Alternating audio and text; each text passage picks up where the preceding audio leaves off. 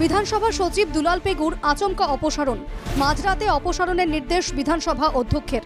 আধ ঘন্টার মধ্যে কার্যালয় ছাড়ার নির্দেশ দুলালকে। অতিরিক্ত সচিব রাজীব ভট্টাচার্যকে সচিবের দায়িত্ব। দুলাল পেগুর আচমকা অপসারণে একপ্রস্থ বিতর্কের সৃষ্টি হয়েছে। বিধানসভার প্রাক্তন অধ্যক্ষ বিশ্বজিৎ দৈমারীর কার্যকালে সচিবালয়ে নিয়োগ প্রক্রিয়া সহ একাধিক দুর্নীতির অভিযোগে দুলালকে তাৎক্ষণিকভাবে অপসারণ করা হয়েছে বলে দিসপুরে গুঞ্জন। বিধানসভার প্রথম অধিবেশনের শেষ দিন বুধবার রাতে আচমকাই এই সিদ্ধান্ত নেন নতুন অধ্যক্ষ রঞ্জিত কুমার দাস। বুধবার রাতের মধ্যেই দুলালকে কার্যালয় ছেড়ে দেওয়ার নির্দেশও দেওয়া হয়। 2024-এর 31শে জানুয়ারি কার্যকালের মেয়াদ শেষ হয় দুলালের। কিন্তু অত্যন্ত রহস্যজনকভাবে অবসরের পর দুলালের কার্যকাল 2 বছর বাড়িয়ে দেওয়ার সিদ্ধান্ত নেন তৎকালীন অধ্যক্ষ বিশ্বজিৎ দৈমারী। সেই হিসেবে গত জানুয়ারিতে দুলালের কার্যকাল শেষ হয়ে যাবার কথা, কিন্তু সেটা না করে বর্ধিত সময় থেকে ফের 6 মাস বাড়িয়ে দেওয়া হয় দুলালের কার্যকাল। মুখ্যমন্ত্রীর পরামর্শ মতেই দুলালের কার্যকাল বাড়ানো হয়েছিল, এমনটাই দাবি করছেন খোদ দুলালই। মুখ্যমন্ত্রীর পরামর্শ মেনেই তৎকালীন অধ্যক্ষ বিশ্বজিৎ দৈমারী তার কার্যকালের মেয়াদ বাড়ানোর সিদ্ধান্ত নিয়েছিলেন, স্পষ্ট ভাষায় জানিয়েছেন দুলাল। মই আসলতে অৰিজিনেলি যাব লাগিছিল 2024 31 জানুৱাৰীত মই ৰিটায়াৰমেণ্টত যাব লাগে।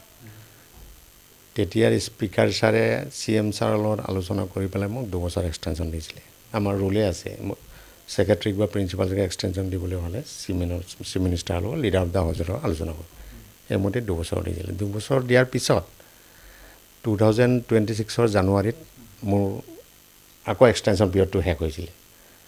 তেতিয়া মই যাবলৈ তালি টোপোলা মই চব ৰেডি কৰিছোঁ, চাৰ্জ তাৰ্জ দিম বুলি ৰেডি কৰি আছোঁ। আকৌ ক'লে যে হেৰি আহি আছে, ইলেকশ্যন আহি আছে, ফাৰ্ষ্ট ইলেকশ্যন আহি আকৌ নতুন MLA আহিব, তেনেকুৱাকৈ অলপ প্ৰব্লেম হ'ব, আপুনি কেইদিনমান আৰু 2-3 মাহমান থাকক। আকৌ অৰ্ডাৰ উলিয়াই দিলে মোক, আকৌ আনটিল বাৰ্ডাৰ বুলি। আচমকা অপসারণের এই সিদ্ধান্তে হতাশ পেগু। কারো প্ররোচনায় এটা করা হয়েছে বলে দাবি পেগু।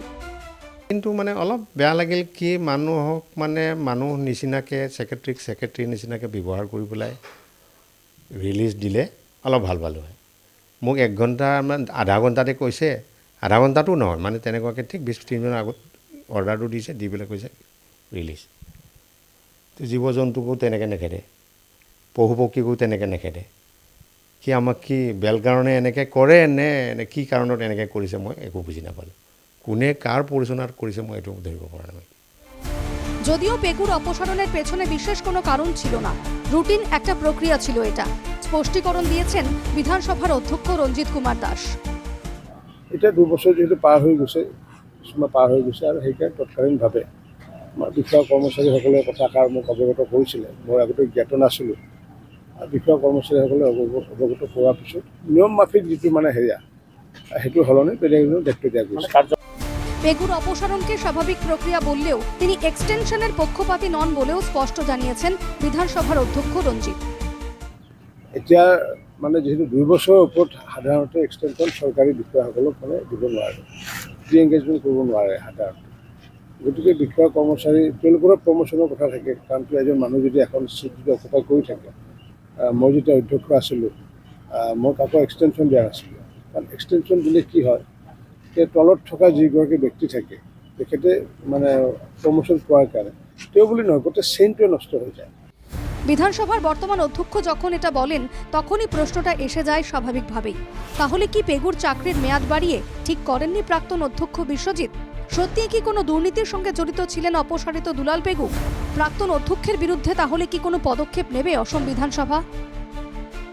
প্রশ্নগুলো স্বাভাবিকভাবেই আসে, কারণ অসম বিধানসভার প্রাক্তন অধ্যক্ষ বিশ্বজিৎ দৈমারী বিজেপির টিকিটেই জিতে এসেছেন এবারও, আর তাই আশঙ্কা সন্দেহ দানা বাঁধে।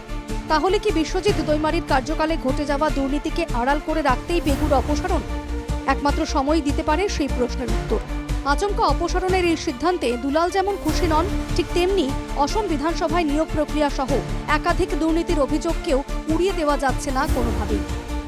Bureau report, NKTV Bangla.